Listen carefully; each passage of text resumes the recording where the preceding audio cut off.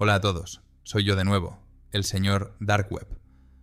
Hoy os presento una historia que he encontrado en un foro cerrado de SENET, dedicado a la ingeniería social y la influencia psicológica. Se trata de la confesión de un hombre conocido bajo el seudónimo de Sable Mind, especialista en técnicas de manipulación, que durante 5 años y medio convirtió su vida en un laboratorio para el estudio de la conciencia humana. Hoy me desviaré de mi formato habitual. Normalmente les hablo de ciberdelincuencia, ataques de hackers, comercio en la Darknet, cosas que pueden medirse en bitcoins robados o bases de datos pirateadas. Pero esta historia trata de otra cosa. Aquí no hay drogas, armas ni robos. Pero lo que hizo Sable Mind es quizá más aterrador que cualquier delito. Destruyó metódicamente la psique de personas que confiaban en él. Colegas, amantes, incluso su propia familia, todos se convirtieron en sujetos de su experimento para controlar el comportamiento humano. La historia de Sable Mind nos muestra el lado oscuro de la ingeniería social, no la que utilizan los piratas informáticos para entrar en los sistemas de las empresas, sino la que se dirige a lo más vulnerable de los seres humanos: su confianza, su autoestima y su capacidad para distinguir entre la verdad y la mentira. Revela los mecanismos de control psicológico que pueden convertir a un gestor informático normal y corriente en un titiritero que mueve los hilos invisibles de las emociones humanas. Pero lo más aterrador de esta historia no son los métodos que utilizó, sino cómo se convirtió poco a poco en rehén del sistema que creó. El hombre que aprendió a controlar a los demás acabó perdiendo el control de sí mismo. Ponte cómodo, apague las notificaciones de su teléfono y prepárate para sumergirte en la mente de un hombre que convirtió la manipulación psicológica en un arte y luego descubrió que ya no podía distinguir entre sinceridad y cálculo, ni siquiera en sí mismo.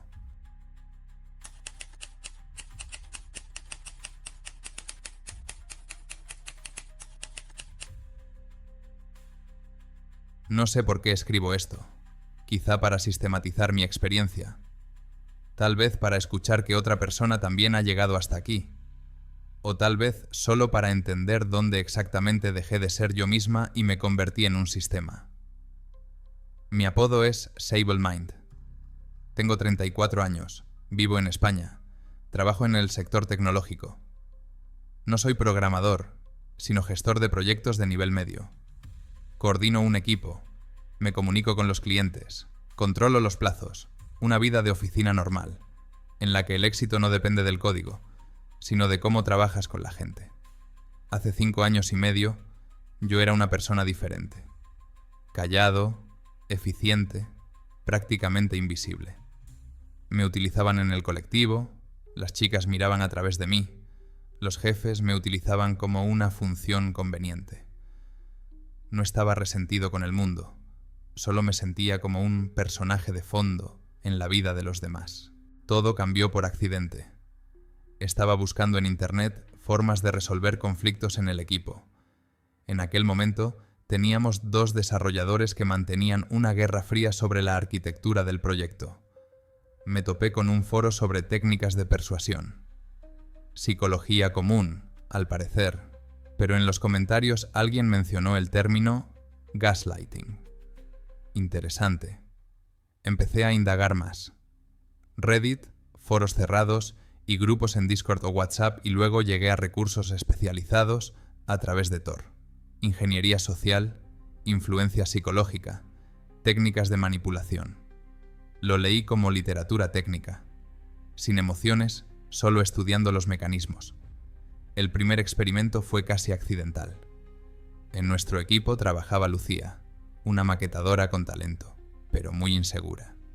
Siempre estaba haciendo preguntas, dudando de sus decisiones. Decidí probar con ella la técnica del halago. Lucía, tienes un enfoque especial de los detalles. Otros lo hacen funcionalmente, pero tú creas un sistema. Es un talento poco común. Sonaba natural, porque había algo de verdad en ello. Pero el efecto fue sorprendente. Se enderezó, adquirió más confianza. Empezó así a asumir más responsabilidades, Dejó de preguntarme por cualquier cosa. Y lo más importante, empezó a tratarme como a una persona que la entendía. Al cabo de una semana probé la combinación. Primero elogiaba su trabajo, y cuando se retrasaba un poco con la tarea, utilizaba la agresión pasiva. Pensé que eras del tipo que mantiene su palabra.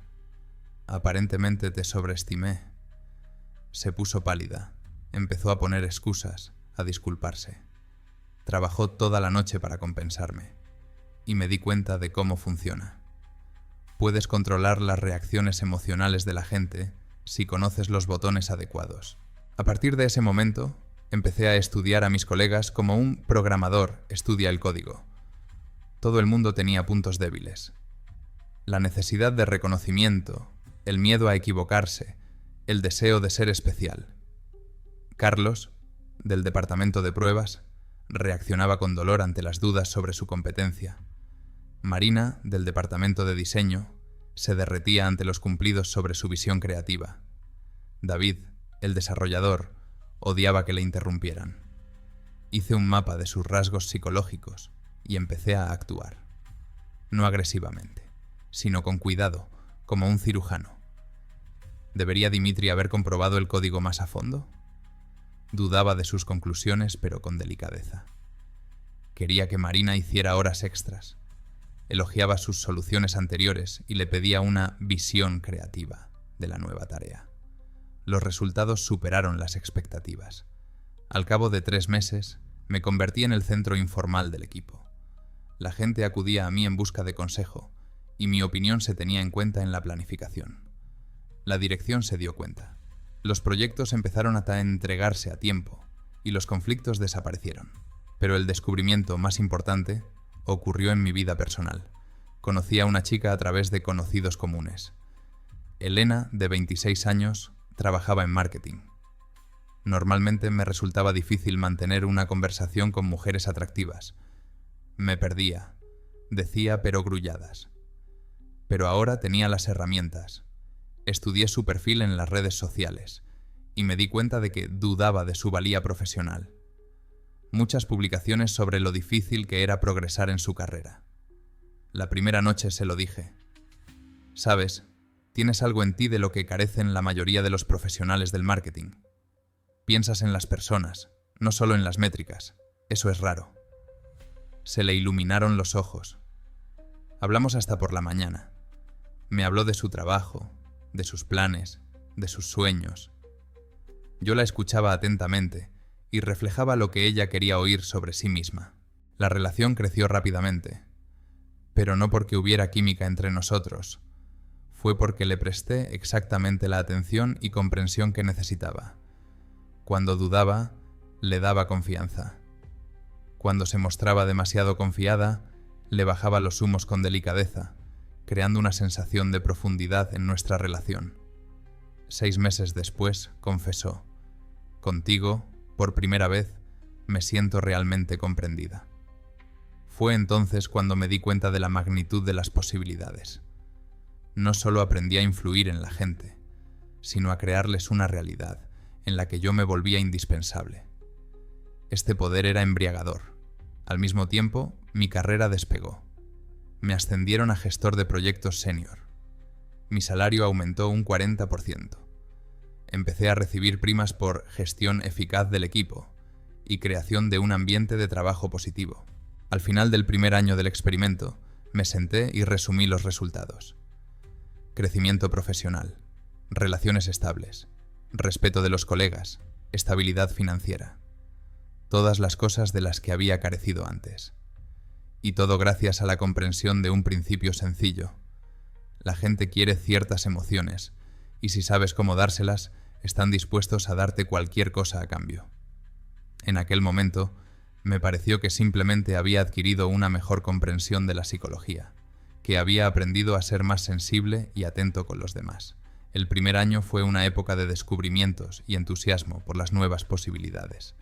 Me sentía como una persona que de repente había adquirido un superpoder. Pero resulta que los superpoderes tienen un precio. Y aún no sabía qué precio tendría que pagar por la capacidad de ser lo que otros querían que fuera. El segundo año fue un punto de inflexión.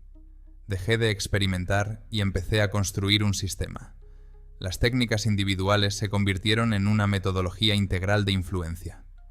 La luz de gas resultó especialmente eficaz en el entorno de trabajo.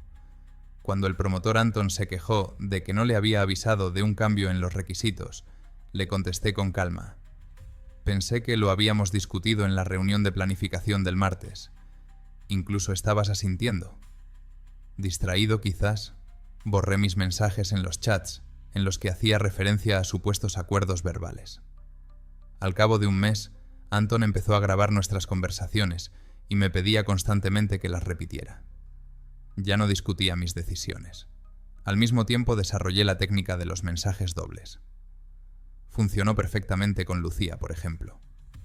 Esta mañana decía: «Tu trazado de ayer fue excelente». 1 hora más tarde: «Pensé que después del éxito de ayer subirías el listón. Pero supongo que fue un incidente aislado». Estaba perdida, sin saber qué le pasaba. La incertidumbre la mantenía en vilo, haciéndola buscar mi aprobación. Estaba haciendo perfiles psicológicos de mis colegas. Sofía, directora de marketing, reaccionaba con dolor a las insinuaciones sobre su edad. Javier, responsable de recursos humanos, se enorgullecía de su cultura general, pero dudaba cuando se trataba de temas técnicos. Utilicé la técnica de la incomprensión fingida. Paul, tú eres un intelectual. ¿Puedes explicar el término en términos humanos? Pasó media hora explicando cosas que realmente no entendía, sintiéndose estúpido. Al final del año, controlaba el ambiente emocional del equipo. Podía crear tensión con una mirada o calmar la situación con un comentario. Me ascendieron a alto directivo. Mi sueldo aumentó un 30%. Mi vida personal se complicó. Las relaciones con Elena se volvieron predecibles. Aprendí todas sus debilidades. Empecé a tener relaciones paralelas. Laura es una diseñadora de una empresa asociada que ha roto recientemente con su novio. Me compadecí de ella. Le hablé de su difícil infancia y creé la imagen de un hombre vulnerable. Se lo creyó por completo. Carmen es una compañera ambiciosa de otro departamento. Con ella me convertí en mentor, alguien que ve su potencial. 3 chicas, 3 máscaras, 3 mundos separados. Cada una de ellas pensaba que nuestra relación era especial. Con Elena era una compañera comprensiva. Con Laura, una romántica. Con Carmen, una mentora. Las técnicas se hicieron más sofisticadas. Dominé el uso de la partícula no. La mente subconsciente ignora la negación. Las frases «no te preocupes» o «no te preocupes» solo aumentaban la ansiedad. Funcionó perfectamente con la ansiosa Lucía. Empezó a utilizar la devaluación, por ejemplo, con sutiles indirectas disfrazadas de críticas. No está mal para el nivel local. Está lejos de los estándares internacionales, pero se está avanzando. Cada comentario destrozaba la confianza. Me hacía buscar mi aprobación. Creé un sistema para controlar a la gente a través de sus debilidades psicológicas. Podía hacerles sentir culpables por algo que no habían hecho. Podía hacerles depender de mi opinión.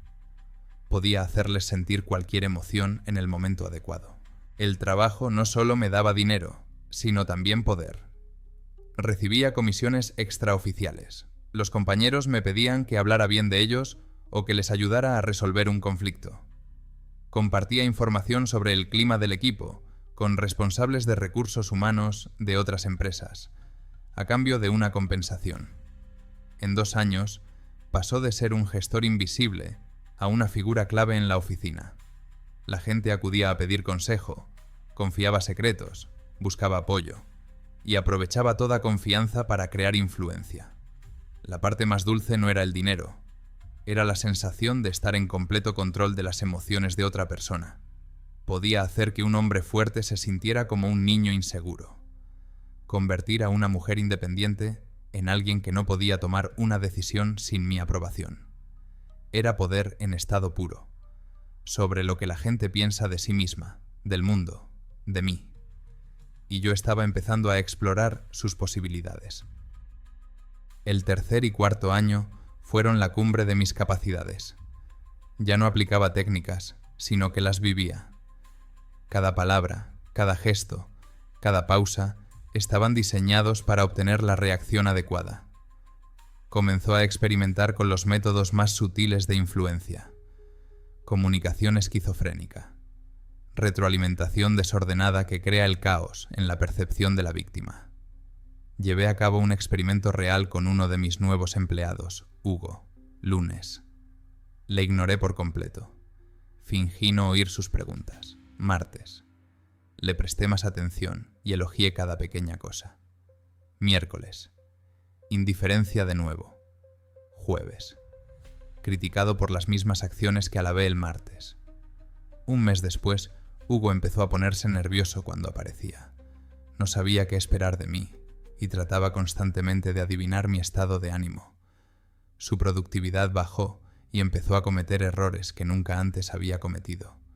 Sus compañeros empezaron a tratarle como un empleado problemático. He estudiado técnicas más exóticas. Evocar reacciones psicosomáticas.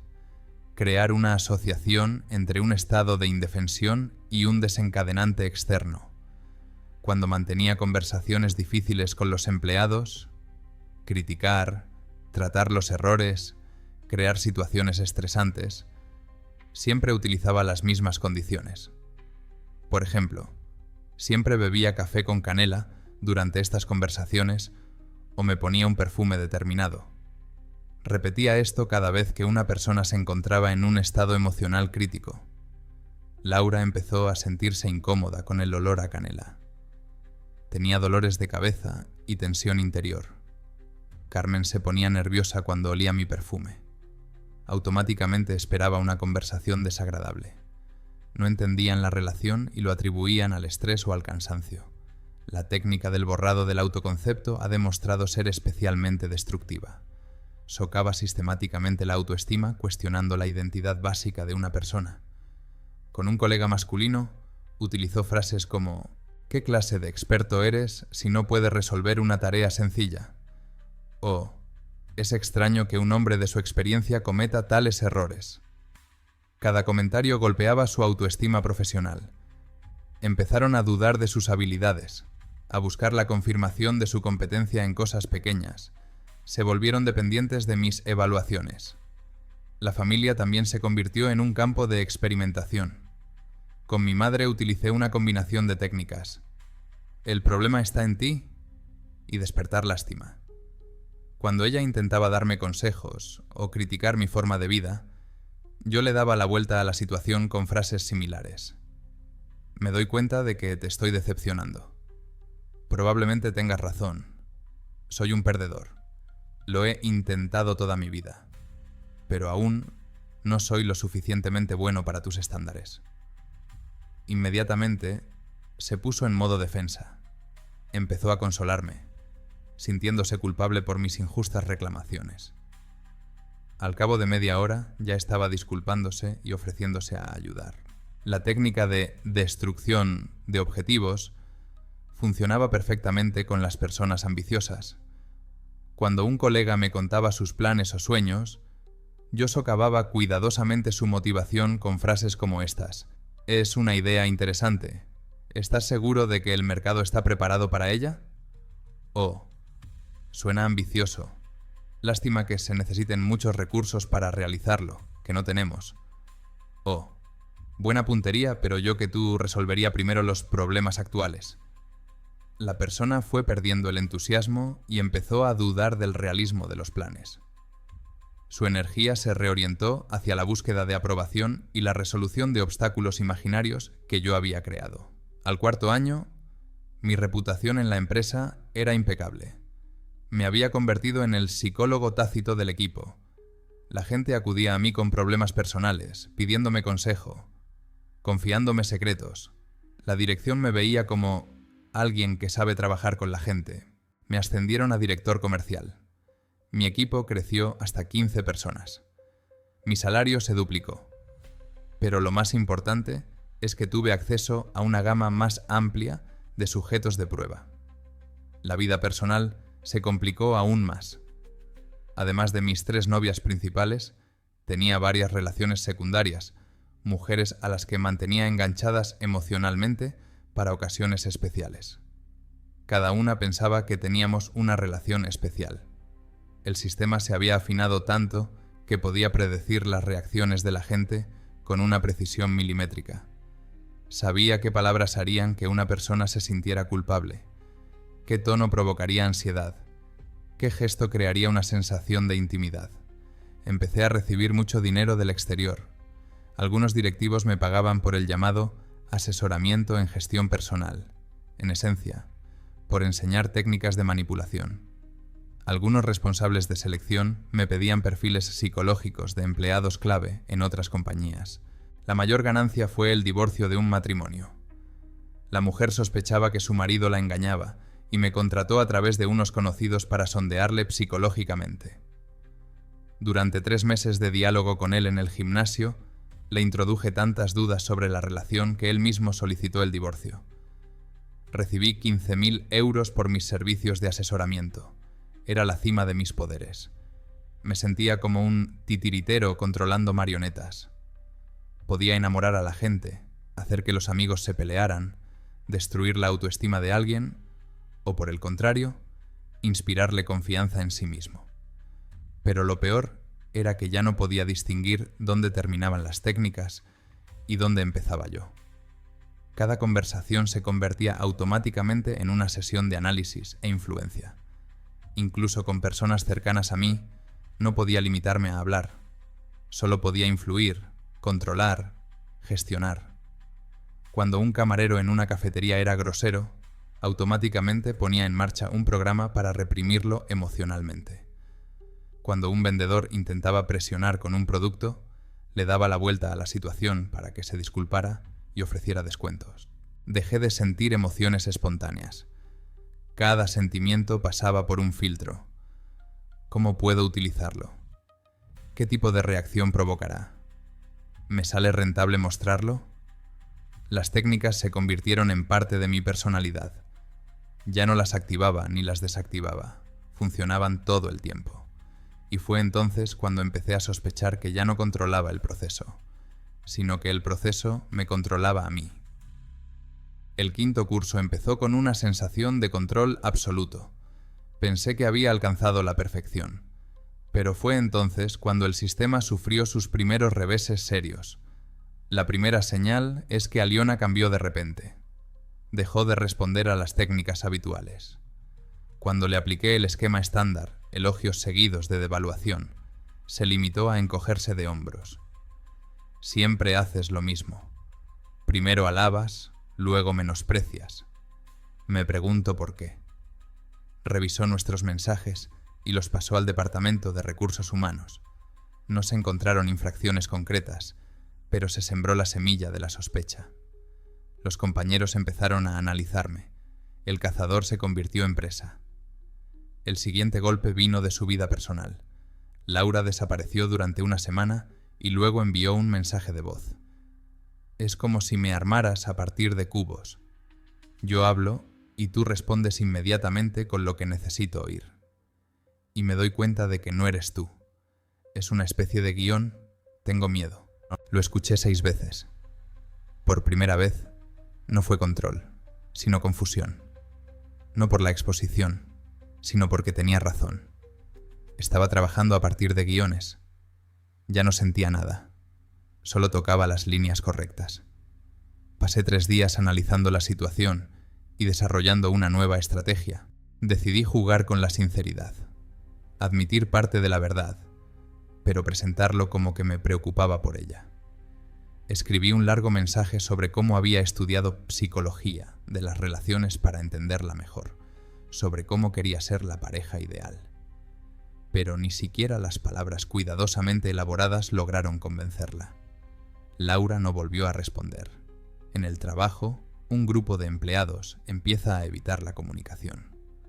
Hugo, a quien se experimentó con la comunicación esquizofrénica, presentó una denuncia.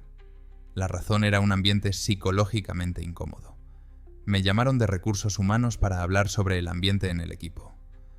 Los empleados se quejan del ambiente extraño. Dicen que no se sienten cómodos contigo. Utilizó todo el arsenal. Desplazar la responsabilidad. Algunos empleados están atravesando un periodo difícil. Sus problemas personales están afectando a su percepción. Utiliza la luz de gas. Puede que estén malinterpretando mi exigencia de un trabajo de calidad. Añadió una falsa preocupación. Estoy dispuesto a ayudarles a adaptarse si hay problemas concretos. Asintieron, anotaron algunas cosas, pero noté que desconfiaban. Me trasladaron a otro proyecto. Formalmente un ascenso, en realidad aislamiento. Menos comunicación, más informes. Elena empezó a hacer preguntas incómodas.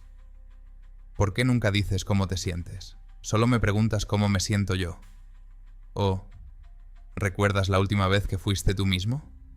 No sabía cómo responder. No me acordaba. Me había convertido en un sistema de reacciones, un conjunto de patrones. En algún lugar perdí mi verdadero yo. Carmen también se estaba distanciando. La escuché hablar. No es real. Como un robot programado para ser amable. Lo peor fue que empecé a analizarme a mí misma con los mismos métodos. No podía distinguir entre emociones genuinas y reacciones calculadas. Quiero comer o aprovecho la comida para hablar. ¿Me gusta una película o analizo qué emociones debe evocar? Problemas de sueño. Me dormía a las 3 o 4 de la madrugada, repasando conversaciones, analizando fallos. Despertar con sensación de trabajo nocturno. Empecé a aplicar automáticamente las técnicas en todas partes. Si un camarero traía un plato equivocado, iniciaba un programa de supresión. Si un vecino hacía ruido, planificaba un impacto psicológico. Ni siquiera podía hablar con mi madre fácilmente. Cada conversación era una sesión de manipulación. Ella se quejaba de su salud. Yo lo utilizaba para inducir la culpa. Criticaba su estilo de vida y yo le daba la vuelta a la situación. Pero a veces lo he visto desde fuera. Una anciana quiere hablar con su hijo, y lo que obtiene es un manipulador psicológico. A finales de año, me di cuenta de que ya no controlo el sistema. El sistema me controla a mí. Las técnicas se han convertido en reflejos. No puedo desconectarlas porque no recuerdo cómo era antes de ellas. Por primera vez en años, sentí miedo. No miedo a exponerme, sino miedo a que mi verdadero yo ya no existiera. Lo más paradójico es que, incluso con los sentimientos de miedo y duda, no sentía que quisiera cambiar. El último año y medio lo pasé en un extraño estado de disociación consciente. Me di cuenta de que el sistema me había absorbido, pero no tenía ningún deseo de salir de él. Al contrario, seguí mejorándolo. Tras los fracasos, desarrollé métodos más sutiles. Dejé de ser obvio y aprendí a crear la ilusión de espontaneidad. Si antes era cirujano, ahora soy farmacéutico. El efecto es sutil, pero constante. En su nuevo puesto, trabajó con clientes externos. Aquí florecieron las técnicas, negociaciones, presentaciones, todo aquello en lo que la influencia psicológica se considera la norma.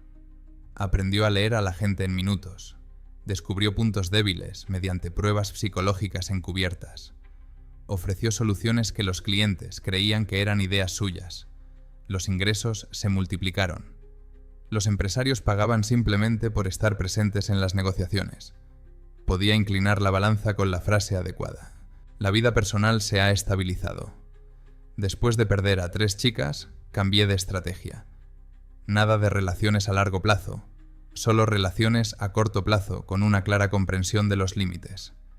Me he vuelto más honesto conmigo mismo. Reconocí que utilizo a la gente para liberarme e interesarme. Dejé de hacerme ilusiones de encontrar el amor. A veces siento remordimientos. Normalmente por la noche veo las caras de los que he roto. Hugo, que dejó su trabajo.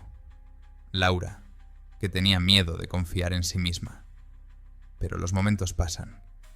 Por la mañana me doy cuenta de que, tal y como funciona el mundo, alguien se deja influir y alguien se deja influir. Elegí la primera categoría. Además, No estoy seguro de distinguir entre sinceridad y cálculo en mí mismo. Cuando me siento culpable, ¿es una emoción real o una reacción automática? Intentando desconectar, ser yo mismo. Pero, ¿quién es yo mismo? Un hombre de hace 6 años parece débil e ingenuo. No quiero volver atrás. Las técnicas se han convertido en una parte tan profunda de mí que no puedo imaginarme la vida sin ellas. Es como negarse a hablar. Es posible, pero significa convertirse en discapacitado. Ahora vivo en un piso de alquiler, trabajo a distancia, asesoramiento sobre negociaciones y gestión de conflictos. Los clientes están contentos.